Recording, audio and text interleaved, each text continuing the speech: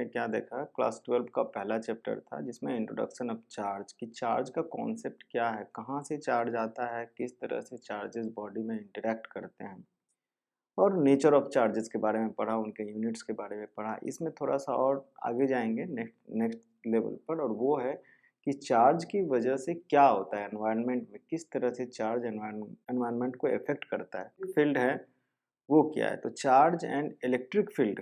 तो हम लोग यहाँ पे आज पढ़ेंगे कि इलेक्ट्रिक फील्ड के बारे में। इलेक्ट्रोस्टैटिक्स में नेक्स्ट जो आता है वो है इलेक्ट्रिक फील्ड। ठीक है, तो लिखते हैं इलेक्ट्रिक फील्ड। तो भाई साहब ये इलेक्ट्रिक फील्ड किस चीज़ का नाम है? ठीक है, ये हम इस चैप्टर में पढ़ेंगे, मतलब at the end of the chapter हमें क्लियर हो जाना चाहिए इलेक्ट्रिक फील्ड से रिलेटेड जितने भी बेसिक कॉन्सेप्ट्स हैं। ठीक है, तो सबसे पहले तो ये हमने पिछले चैप्टर का सबसे पहले था इंटरेक्शन ऑफ चार्जेज कि चार्ज जो होता है वो एक दूसरे से इंटरेक्ट करता है। दो टाइप का चार्जेस हमने देखा, एक होता है पॉजिटिव चार्ज, ठीक है, पॉजिटिव चार्ज, और एक हमने देखा और वो था नेगेटिव चार्ज। ठीक है, नेगेटिव चार्ज, ये पॉजिटिव है और ये नेगेटिव चार्ज। कॉन्सेप्ट हमने देख लिया कि क्या है, पॉजिटिव का क्या मतलब, नेगेटिव का क्या मतलब है। चार्ज को नॉर्मली क्यू से डिनोट किया जाता है, क्यू। ठीक है, तो ये प्लस क्यू, इसको माइनस क्यू बोल सकते हैं। ठीक है, अलग अलग चार्जेज हैं, और ये इंटरेक्ट किस तरह करते हैं, इंटरेक्ट इस तरह करते हैं कि सेम चार्ज जो होता है वो एक दूसरे को रिपेल करता है, same charges, while opposite charges क्या करता है, अट्रैक्ट ईच अदर। ये आप नहीं भूलेंगे क्योंकि ये तो सबसे प्राइमरी बेसिक कॉन्सेप्ट है, इसी पर बेस्ड बहुत सारी चीज़ें होते हैं। तो जो रिपेल करता है, जो अट्रैक्ट करता है, वो ये तो क्वालिटेटिव हो गया कि रिपेल करता है, अट्रैक्ट करता है। तो मैग्नीट्यूड ऑफ फोर्स क्या होता है, जिस फोर्स से वो रिपेल करते हैं या अट्रैक्ट करते हैं चार्जेज एक दूसरे को, तो वो क्या है, कहाँ से आता है वो देखते हैं। चार्ज का यूनिट क्या होता है ये भी हमने देख लिया। चार्ज का यूनिट क्या होता है, कूलम, COULOMB, कूलम। ठीक है, कूलम साइंटिस्ट थे, उन्हीं के नाम पर चार्ज का यूनिट रख दिया गया है, कूलम। 1 कूलम इक्वल टू क्या होता है ये देखिएगा, इलेक्ट्रॉनिक चार्ज से डिफाइन कर सकते हैं या फिर करंट से इसे डिफाइन कर सकते हैं। तो इंटरेक्शन ऑफ चार्जेज जो होता है कि मैग्नीट्यूड, मतलब magnitude of the force of interaction is given by Coulomb's law. Magnitude and direction दोनों ही उससे मिलता है।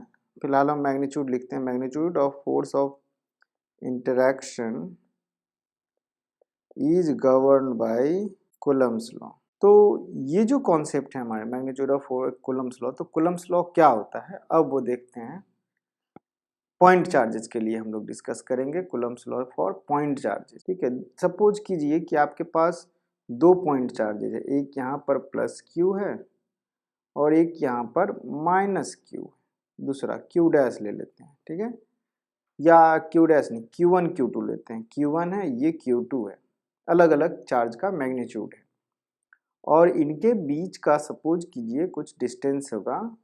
इनके बीच में जो डिस्टेंस है वो लेट अस से ये डिस्टेंस r है, सेंटर टू सेंटर डिस्टेंस। ये पॉइंट पार्टिकल है, पॉइंट चार्जेस की बात कर रहे हैं, इसलिए दिखाने के लिए बड़ा दिखाया, बट ये पॉइंट है, पॉइंट चार्जेस। अभी हम लोग उसके लिए पहले बात करते हैं।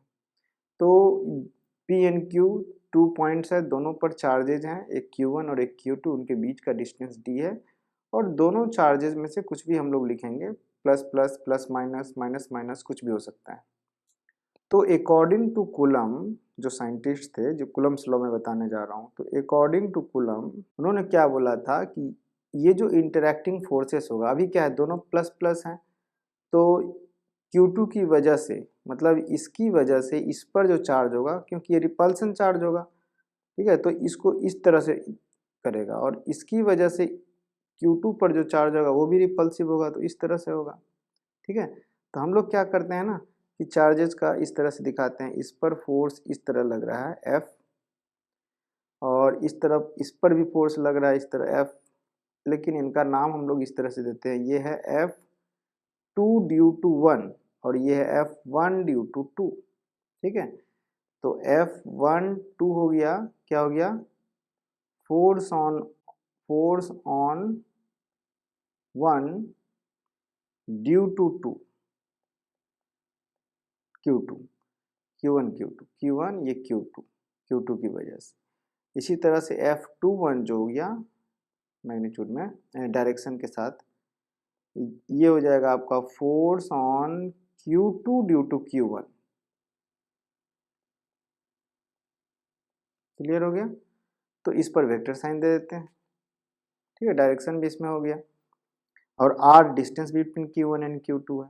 तो अकॉर्डिंग टू कूलम क्या बोलता है कि ये जो फोर्स है F12 और F21 इनका मैग्नीट्यूड सेम होगा, ठीक है, न्यूटन्स थर्ड लॉ के अकॉर्डिंग इनका मैग्नीट्यूड सेम होगा, और ये मैग्नीट्यूड जो होगा F, let us say this is equal to F, तो F जो होगा वो प्रोपोर्शनल टू क्या होता है, product of the two charges, दोनों चार्जेस के मल्टीप्लिकेशन के बराबर, and inversely proportional to square of the distance between them, ठीक है।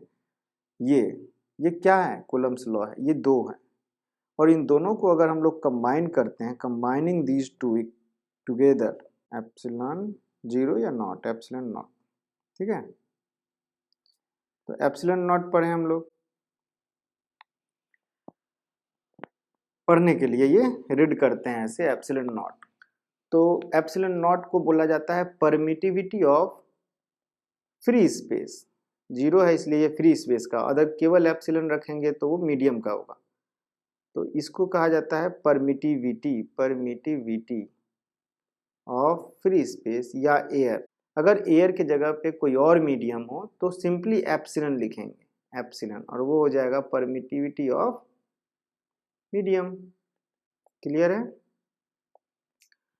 तो हम लोग क्या देख लिए कि जो कूलम्स लॉ इंटरेक्टिंग फोर्स का जो मैग्नीट्यूड होगा वो हो जाएगा 1/4 pi epsilon naught Q1 Q2 by R square. ये सबसे इंपॉर्टेंट आपका फॉर्मूला इलेक्ट्रोस्टैट का आ गया आपके सामने, ठीक है। अब देखिए, अगर आपको इसमें से पूछ दिया जाए कि एप्सिलॉन का डायमेंशन क्या है, तो आप बता सकते हैं एप्सिलॉन का डायमेंशन। क्यों? क्योंकि 4 पाई एप्सिलॉन जो हो जाएगा Q1 Q2 by force times R square, ठीक है। एप्सिलॉन का डायमेंशन यहाँ से आप निकाल सकते हैं, क्योंकि ये कूलम है, ये भी कूलम है, ये मीटर है ऐसा यूनिट में, ये कूलम कूलम मीटर स्क्वायर हो जाएगा, और इसका तो आपको पता ही है फोर्स का डायमेंशन। तो इस तरह से एप्सिलॉन का डायमेंशन भी आप निकाल सकते हैं। 4 पाई का कोई डायमेंशन नहीं होता है, ये रेशियो है। क्लियर हो गया? अब हम लोग क्या देखेंगे, ये स्केलर फॉर्म में हो गया। This is Coulomb's law in scalar form, this is Coulomb's law, ठीक है, इन मैग्नीट्यूड। तो ये स्केलर फॉर्म में केवल दिया है। कूलम्स लॉ का वेक्टर फॉर्म भी हम लोग बोल सकते हैं, वो क्या, मान लीजिए वेक्टर फॉर्म इस तरह से बोल सकते हैं, मान लीजिए एक्स एक्सिस है, वाई एक्सिस है, यहाँ पर एक कोई पॉइंट P है, यहाँ पर पॉइंट Q है, ये Q1 है, ये Q2 है। Q1 का पोजीशन वेक्टर सपोज कीजिए R1 है, और Q2 का पोजीशन वेक्टर सपोज कीजिए R2 है, ठीक है। तो इसका जो हो जाएगा ये क्या हो जाएगा, R2 माइनस R1, अगर इधर से देखेंगे तो R2 माइनस R1, ठीक है, ये हो जाएगा। अब मान लीजिए ये भी प्लस है, ये भी प्लस है, ठीक है। तो अगर वेक्टर फॉर्म में लिखना होगा हमें कि जो फोर्स है इस पर F1 पर, Q1 पर या Q2 पर, तो किस तरह लिखा जाए, तो हम लोग लिखेंगे F equal to 1/4 pi epsilon naught, ठीक है, Q1 Q2 बाई, अब देखिए यहाँ पे R2 माइनस R1 का whole cube times R2 minus R1। देखिए इसमें मैंने क्या किया है, आर स्क्वायर की जगह पे R2 माइनस R1 जो है, इसको लेटेस्ट से लेट हम लोग लिख सकते हैं R2 माइनस R1 पोजिशन, ये जो वेक्टर है joining the Q1 Q2 is equal to R vector बोल सकते हैं। तो ये हो जाएगा आपका, कितना हो गया एक तरह से, this equal to 1/4 pi epsilon naught Q1 Q2 by R square R cube times vector R, ठीक है। या फिर आर स्क्वायर टाइम्स, एक ही चीज है, मतलब डिफरेंट तरीके से इसको लिखा जा रहा है। देखिए Q1 Q2 by R square और R vector divide by R, तो ये यूनिट वेक्टर अलोंग आर है, इसको आर कैप लिख सकते हैं 1/4 pi epsilon naught Q1 Q2 by R square times R cap. तो ये यूनिट वेक्टर अलोंग आर का क्या मतलब, तो ये जो फोर्स अभी हम लिखे हैं, ये वाला फोर्स, ये क्या है, 1 पे लग रहा है कि 2 पे लग रहा है? देखिए डायरेक्शन से देखिए, ये R2 माइनस R1 जब मैंने लिखा है तो R2 माइनस R1 की तरफ डायरेक्शन है, तो मतलब ये Q2 पर लग रहा है, तो इसको हम लोग लिखेंगे, ये हो गया आपका F21 वेक्टर में अगर लिखते हैं तो R2 माइनस R1 है, ठीक है। इसी तरह से अगर F12 लिखेंगे, वेक्टोरियल फॉर्म में हो गया, F12 लिखेंगे तो 1/4 pi epsilon not R1 minus R2 का होल स्क्वायर, और इसी के अलॉन्ग यूनिट वेक्टर या होल क्यूब कर लो, और R1 माइनस R2 यहाँ पे हो जाएगा। तो ठीक इसका अपोजिट हो गया डायरेक्शन यहाँ पर, ठीक है। तो ये हो गया आपका, कोई पूछ दे अगर कि वेक्टर फॉर्म में कूलम्ब्स लॉ कैसे लिखेंगे, तो this is Coulomb's law in vector form. तो पॉइंट चार्जेस की वजह से अगर आपको दे दिया जाए तो एप्सिलॉन का वैल्यू क्या होता है, सबसे पहले देखते हैं what is the value of epsilon not, value of epsilon not. तो एप्सिलॉन नॉट का वैल्यू क्या होता है, देखिए तो वैल्यू ऑफ एप्सिलॉन नॉट कितना होता है, वैल्यू ऑफ एप्सिलॉन नॉट देखा गया है कि epsilon naught is equal to 8.85, और भी डिजिट्स होते हैं नहीं लेते हैं, into 10 to the power of -12 ऐसा यूनिट, ठीक है। अब यूनिट इसका क्या लिखा जाए, एप्सिलॉन नॉट का यूनिट वहां से हम लोग देखे थे,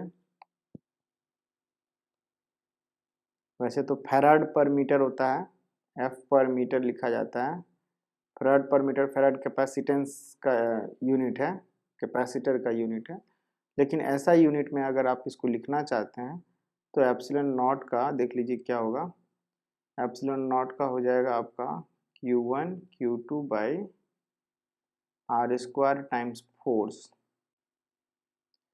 तो कूलम्ब स्क्वायर और यहाँ पर फोर्स है, तो एक तो लिख सकते हैं कूलम्ब स्क्वायर पर मीटर स्क्वायर पर न्यूटन, ठीक है।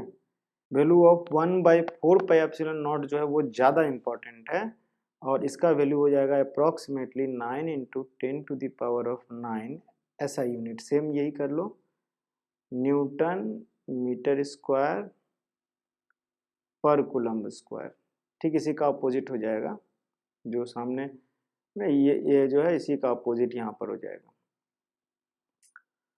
तो ये चीज़ें क्लियर हो गई, ठीक है। न्यूमेरिकल में करेंगे तो हम लोगों को ज़रूरत पड़ेगी। अब हम जाते हैं कि एक इलेक्ट्रिक फील्ड के बारे में देखते हैं कि भाई ये इलेक्ट्रिक फील्ड क्या चीज़ है। इलेक्ट्रिक फील्ड है क्या, तो देखिए जब हम चार्ज रखते हैं, कोई भी चार्ज है, मान लीजिए प्लस चार्ज है, पॉइंट चार्ज की बात करते हैं, तो पॉइंट चार्ज है तो इसके सराउंडिंग में कहीं पे भी अगर हम दूसरा चार्ज रखते हैं तो इसकी वजह से इस पर फोर्स लगता है कि नहीं लगता है। कोई भी प्लस चार्ज रखिए या माइनस चार्ज रखिए, डिस्टेंस कुछ भी लीजिए, तो उस पर फोर्स लगता है, क्योंकि F equal to Q1 Q2 by R square होता है।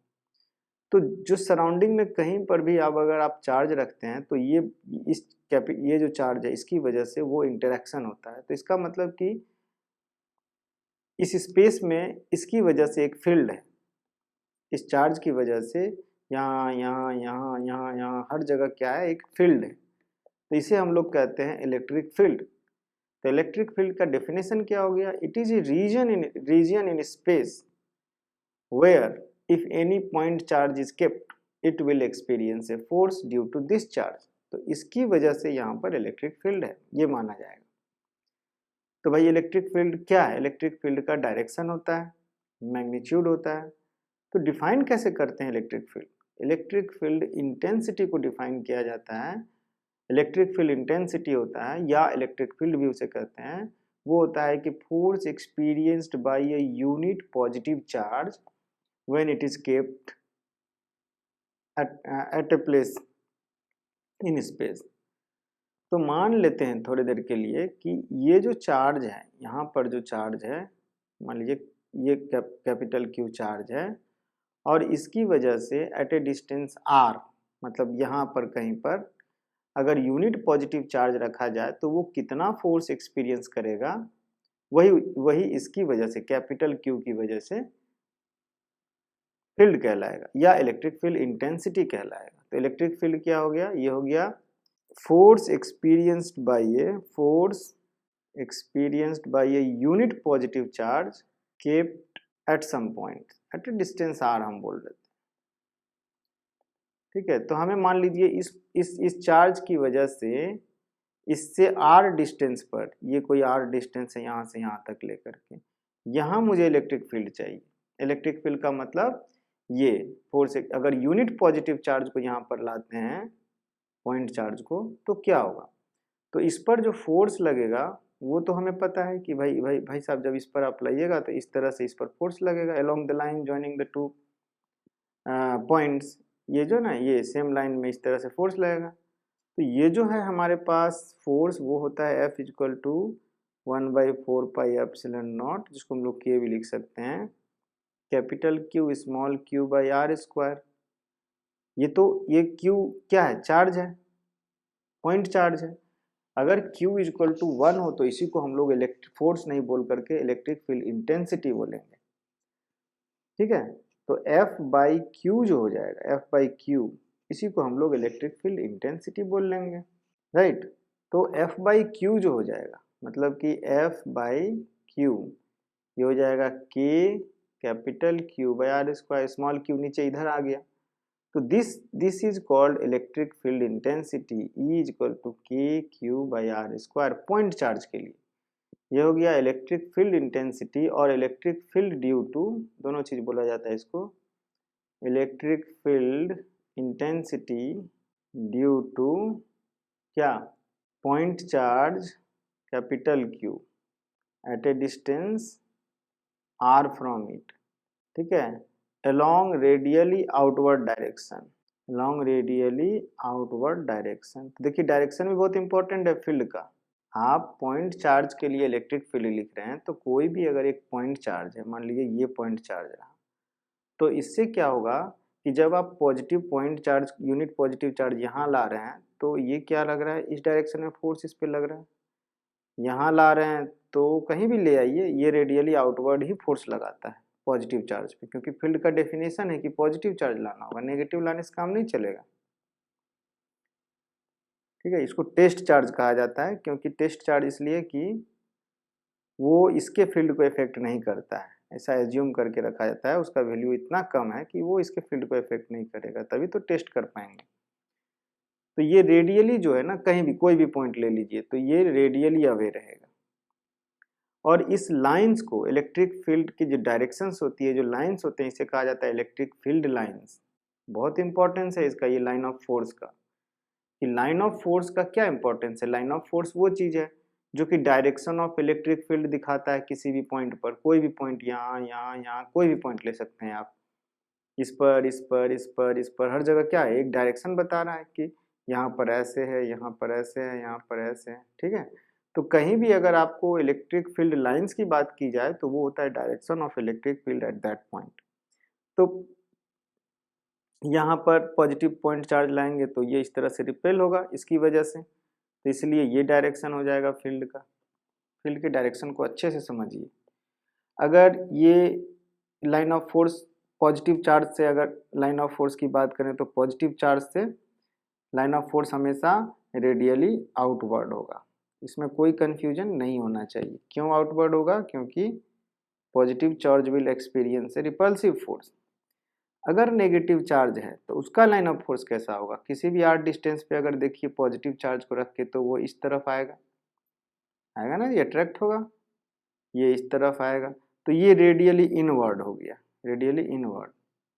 तो इसका अगर नेगेटिव चार्ज का ठीक से अगर लाइन ऑफ फोर्स ड्रॉ किया जाए तो वो ये हो गया, इसमें तो ज़्यादा सोचने की बात ही नहीं है। ये नेगेटिव चार्ज में लाइन ऑफ फोर्स इंटर करता है पॉइंट चार्ज में, और पॉजिटिव चार्ज से बाहर निकलता है। लाइन ऑफ फोर्स हो गया ये। इस तरह से कितने होंगे, इनफाइनाइट होंगे। और इसमें क्या था, हर पॉइंट से ये बाहर निकलता है। ठीक है, पॉजिटिव चार्ज को फिर से दिखाते हैं। पॉजिटिव चार्ज में ये बाहर निकलता है इस तरह से, line of force, right. Line of force एक बहुत इंपॉर्टेंट कॉन्सेप्ट है। तो लाइन ऑफ फोर्स में इंपॉर्टेंट कॉन्सेप्ट क्या क्या, लाइन ऑफ फोर्स की प्रॉपर्टीज देखिए क्या क्या होता है। एक होता है कि डायरेक्शन, मतलब लाइन ऑफ फोर्स किसी भी टाइप का हो सकता है। एक पॉइंट चार्ज के लिए हम ये ड्रॉ कर रहे हैं तो इसलिए ऐसा दिख रहा है, ठीक है। तो दो पॉइंट अगर पास पास दिखाए तो कैसा दिखेगा, देखिए लाइन ऑफ फोर्स की बात ही जब किए हैं तो थोड़ा सा कर ही लेते हैं।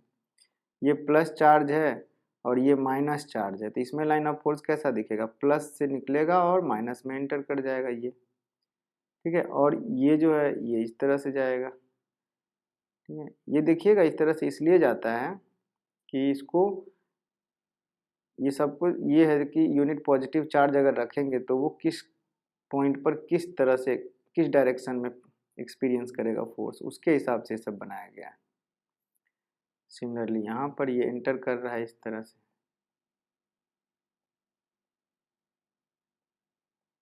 ठीक है। इसी तरह से अगर हम मान लीजिए कि इसको मिटाते हैं और एक दूसरा बनाते हैं कि ये पॉजिटिव चार्ज है और ये भी पॉजिटिव चार्ज है, तब कैसा लाइन ऑफ फोर्स आएगा। तब तो देखिए भाई ये भी रिपेल कर रहा है, ये भी रिपेल कर रहा है, तो यहाँ तो ठीक है इस तरह निकल जाएगा, इस तरह निकल जाएगा। लेकिन इन दोनों के बीच में क्या होगा, यहाँ पर इस पॉइंट पर ये चार्ज, ये लाइन निकलेगा तो सही लेकिन ऐसे छटक जाएगा इस तरह से, और यहाँ भी निकलेगा सही लेकिन ऐसे छटक जाएगा। ये इसलिए हो जाएगा क्योंकि बीच वाला पॉइंट जो है यहाँ पर, ये वाला पॉइंट, इस जगह इलेक्ट्रिक फील्ड जीरो होगा, होना भी चाहिए, क्योंकि कोई पॉजिटिव पॉइंट चार्ज अगर आप यहाँ पर रखते हैं तो वो इसकी वजह से इधर फोर्स एक्सपीरियंस करेगा, इसकी वजह से इधर करेगा, जीरो हो जाएगा। जीरो तब होगा जब इनका मैग्नीट्यूड सेम हो और ये मिड पॉइंट हो, तब ये क्यू है, ये क्यू है, तो ये मिड पॉइंट है, तो यहाँ पर क्या हो जाएगा, यहाँ पर कोई इलेक्ट्रिक फील्ड नहीं हुआ। इसको बोलते हैं स्क्रीन्ड एरिया, ये स्क्रीन रीजन है, न्यूट्रल पॉइंट इसे बोल सकते हैं, ठीक है। तो क्या हो गया आपके पास, इस तरह से फील्ड इसमें आ गया, देखिए ये फील्ड हो गया। सिमिलरली नेगेटिव नेगेटिव होगा तो भी इसी टाइप का होगा, केवल डायरेक्शन हो जाएगा, जो एरो पर डायरेक्शन वो अपोजिट हो जाएगा। इसमें पॉजिटिव चार्ज से निकलता हुआ दिखाया गया, उसमें नेगेटिव चार्ज में इंटर करते हुए दिखाई देगा, बट पैटर्न यही रहेगा। तो दो चार्जेस के लिए, इसी तरह तीन चार्जेस के लिए हम लोग ड्रॉ कर सकते हैं, चार चार्जेस के लिए ड्रॉ कर सकते हैं। जितना बड़ा करेंगे उतना कॉम्प्लेक्सिटी बढ़ता जाएगा, ठीक है। लेकिन लाइन ऑफ फोर्स का कॉन्सेप्ट यही है। प्रॉपर्टीज क्या क्या होते हैं लाइन ऑफ फोर्स के, वो भी बहुत इंपॉर्टेंट है। Properties of line of force, line of force का प्रॉपर्टी देखिए क्या क्या होता है कि टेंजेंट, जब भी उस किसी भी लाइन ऑफ फोर्स पे टेंजेंट ड्रॉ कीजिएगा, टेंजेंट, तो वो direction of line of force देगा। Tangent drawn at any point on the line of force, line of force gives direction of field at that point, ठीक है।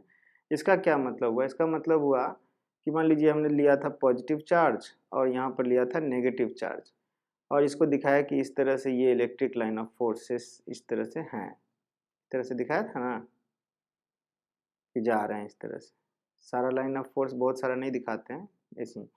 तो मान लीजिए कि इस पॉइंट पे बोल दिया कि भाई ये क्या है इलेक्ट्रिक फील्ड का डायरेक्शन, तो इस पॉइंट पे टेंजेंट ड्रॉ कीजिए, ये आया टेंजेंट, तो ये हो गया इलेक्ट्रिक फील्ड का डायरेक्शन, ठीक है। इस पॉइंट पर कुछ कोई बोल दिया क्या है, तो इस पर ड्रॉ कीजिए, तो यहाँ पर ऐसे आ गया इलेक्ट्रिक फील्ड। इस पॉइंट पे कोई बोल दिया तो इस पर टेंजेंट ड्रॉ कीजिए कर्व पर, ये हो गया।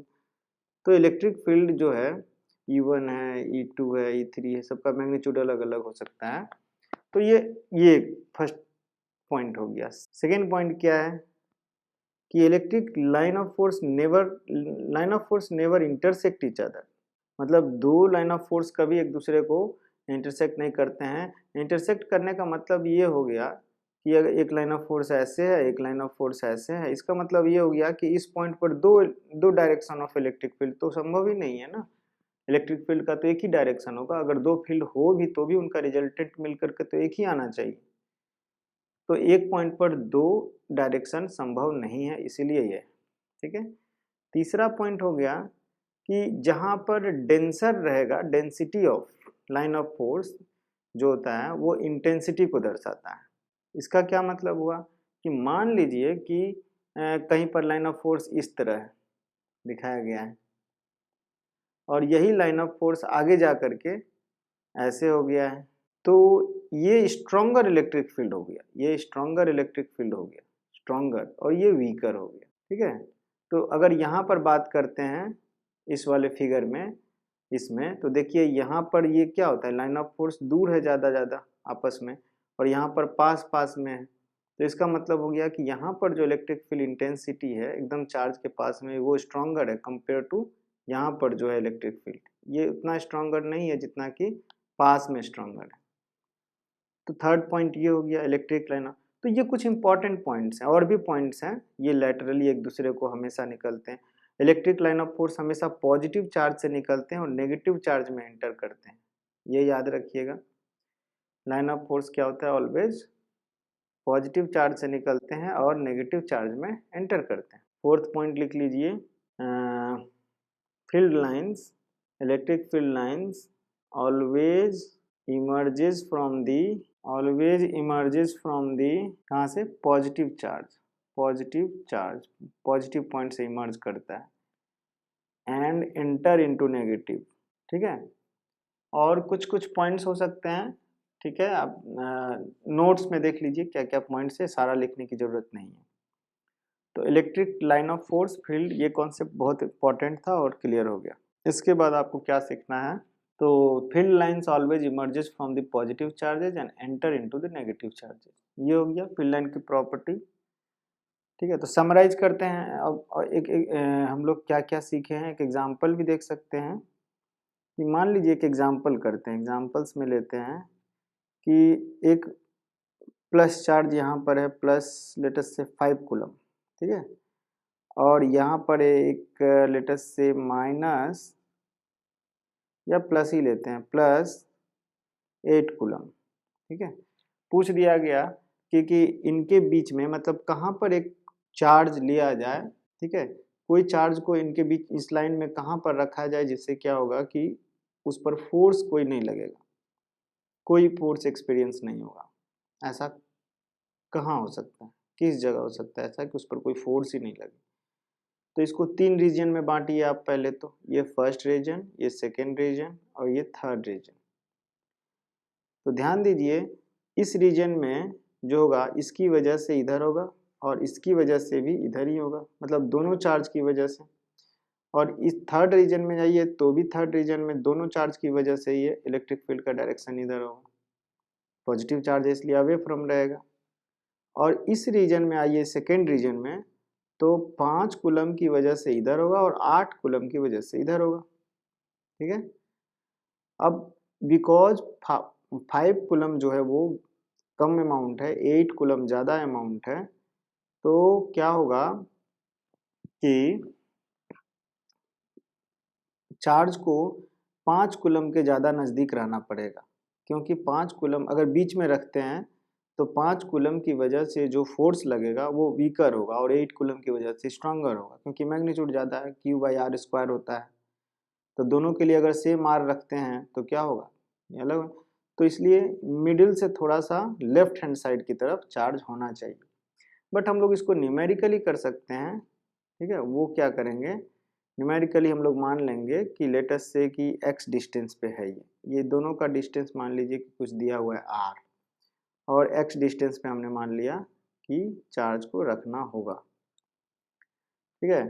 तो x डिस्टेंस पे रखना होगा, तो हम लोग इसको कैसे सॉल्व कर सकते हैं, इस डिस्टेंस पर जो इलेक्ट्रिक फील्ड है वो 5 की वजह से जो होगा वही 8 की वजह से होना चाहिए। तो आप तो एक तो ऐसे कर सकते हैं कि E due to 5 coulomb is equal to electric field due to 8 coulomb, magnitude में दोनों सेम होना चाहिए, और इसकी वजह से हो गया k 5/x² is equal to k 8/r - x का होल स्क्वायर, कर सकते हैं ना। और यहाँ से x इक्वल टू सॉल्व कर लीजिए, कितना आया, k तो कट जाएगा ऐसे ही, तो इस तरह से पता चल जाएगा। इसी तरह से अब हम लोग क्या कर सकेंगे, नेक्स्ट इसके जो नेक्स्ट लेक्चर है, ये बेसिक कॉन्सेप्ट था, इसके नेक्स्ट लेक्चर में हम लोग सीखेंगे कि किस तरह से इलेक्ट्रिक फील्ड निकाला जाता है डिफरेंट डिफरेंट सिचुएशंस में। तो 3 एग्जांपल ऐसे ले सकते हैं, यहाँ नेगेटिव चार्ज है, यहाँ पॉजिटिव चार्ज है, तो वो कोई बोल दिया कि इसके बीच में भाई बताइए फील्ड कितना होगा, ये Q1 है, ये Q2 है, तो फील्ड कितना होगा, कैसे निकलेगा, पॉजिटिव की वजह से इधर हो जाएगा और नेगेटिव की वजह से भी इधर ही होगा, तो दोनों ऐड हो जाएगा। ठीक है, इस रीजन में कहीं पर अगर पूछ रहा है तो नेगेटिव की वजह से इधर अट्रैक्ट होगा और पॉजिटिव की वजह से इधर होगा। ठीक है, इस रीजन में बात करते हैं तो पॉजिटिव की वजह से ये राइट की तरफ हो गया और नेगेटिव की वजह से लेफ्ट की तरफ हो गया ये। ठीक है, तो डिफरेंट डिफरेंट एस्पेक्ट हम लोग नेक्स्ट चैप्टर में देखेंगे। ओके।